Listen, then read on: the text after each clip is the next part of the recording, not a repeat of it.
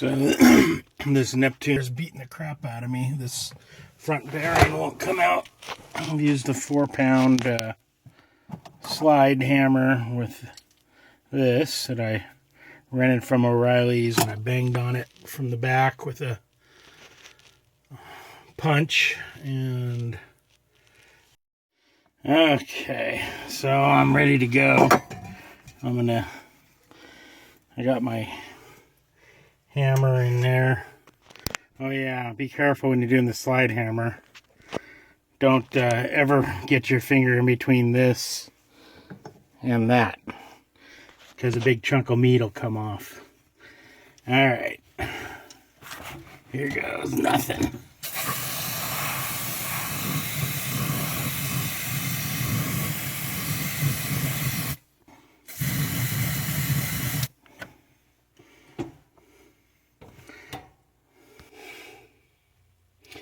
Well, that was a big waste of time.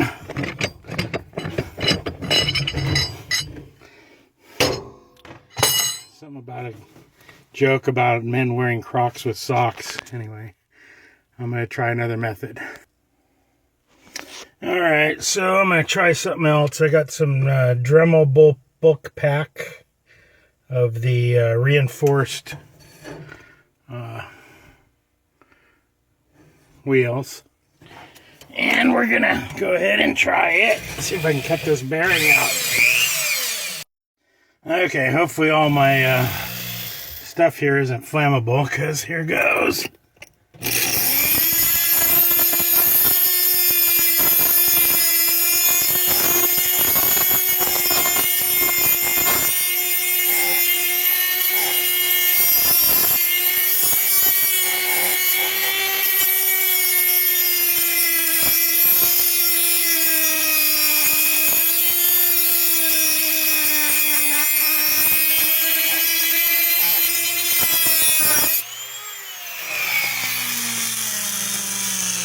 Okay, so I'm almost through this first cut, so I'm going to spin it over and do the other side. Still on the first one of these. Okay, so I think I'm about through on this. Still on the same cutting wheel.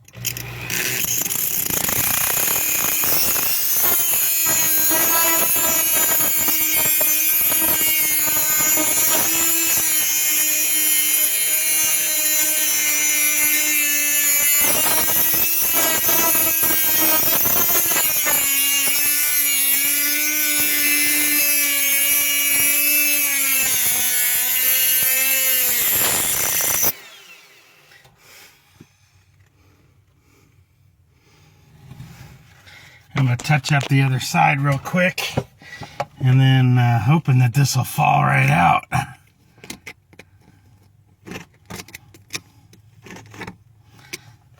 Get a little bit more on this one.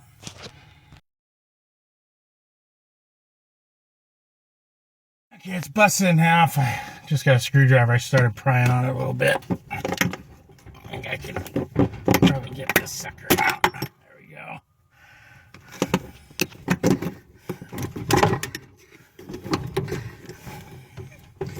Alright.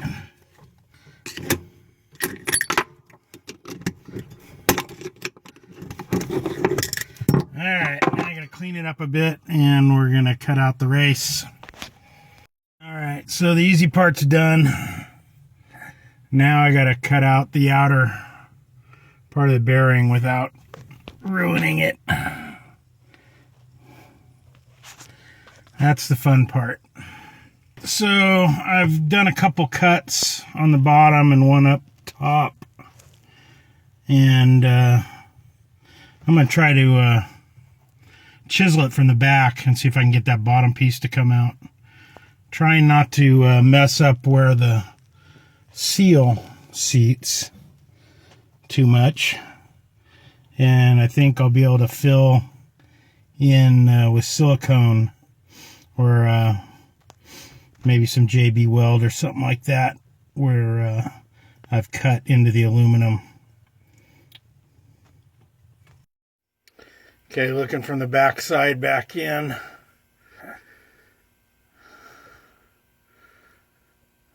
gonna try to pop that little piece out there. Okay, it looks like it might be sliding forward here. I've been just chiseling.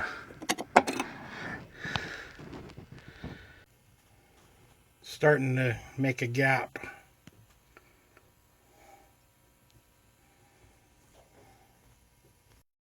Success! Broke the top part off, or the bottom part off.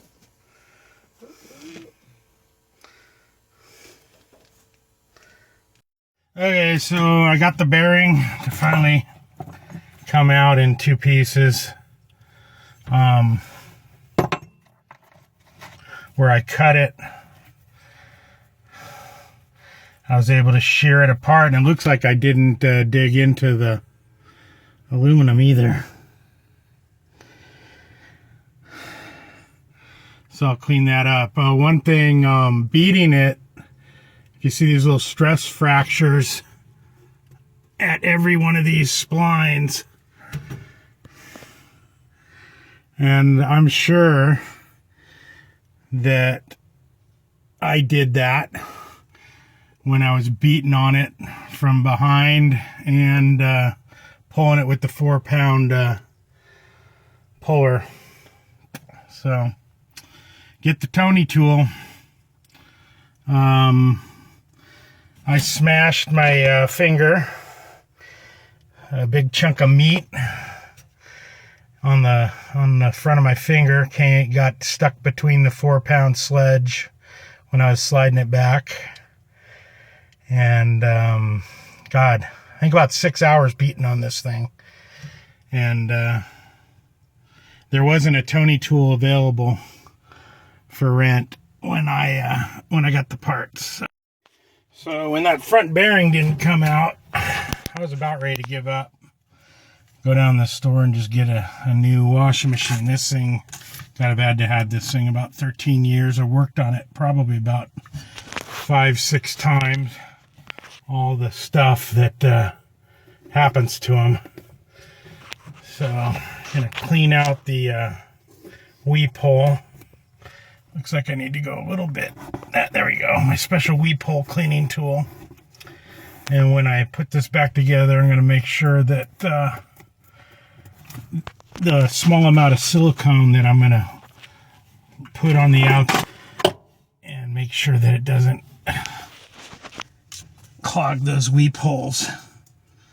Here's my special weep hole tool. And this one was full of crud. Special tool. Also, I got some JB plastic weld where I'm going to, I don't know if I need to, but I'm going to go ahead and rough this up where all these fractures are, and apply that much JB weld on the stuff without it, you know, coming up to where it's going to get in the way of the spinner. But yeah, and I used one and started using the second one. The first one, there's the first one. It went down to just about nothing. But the Dremel with the reinforced wheel cutter, I think they call it, did the trick. I don't know if this is going to do anything for the little fractures that were at each one of these splines, but I've roughed it up a little bit, and I'm going to put a little epoxy. I've cleaned it up. I'm going to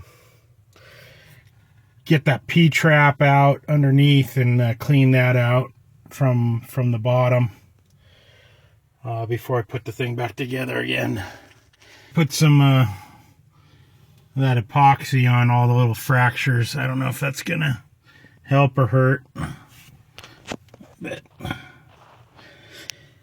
this stuff sets up in 5 minutes and will be dry in an hour, so I don't think it's gonna hurt it. Those little fractures. This one's, I think, the worst. This one and this one down here. While you're in there, clean out the P-trap. 3 hose clamps. Ew. So we got it together. It's purring like a kitten. What I learned is that front bearing doesn't like to come out. So if I had to do it again, I would have waited and got the Tony tool, and the 4-pound puller didn't do anything. That was a waste of money. And I think if you don't have the Tony tool and you can't chisel it out, then the Dremel tool was pretty quick. It actually, I cut through the bearing in less than an hour. I was stopping a lot and stuff, so less than an hour I had that bearing out. That chill spray didn't do anything. If I'd had access to it, I would have tried some liquid nitrogen. But I did this on a Saturday, and the store that has that locally was closed. But a couple drops of liquid nitrogen on there would, and then pull on it, you might be able to pull it out. So that's my story. Oh yeah, one other thing. Shout out to Jeff at neptunebearing.com or washerbearings.com. There's his phone number. I ordered the parts, and the stuff came 2 days later. I had it for the weekend, got it done by Saturday evening, midnight, and the wife was happy that she was able to do laundry all Sunday. And so, thanks, Jeff.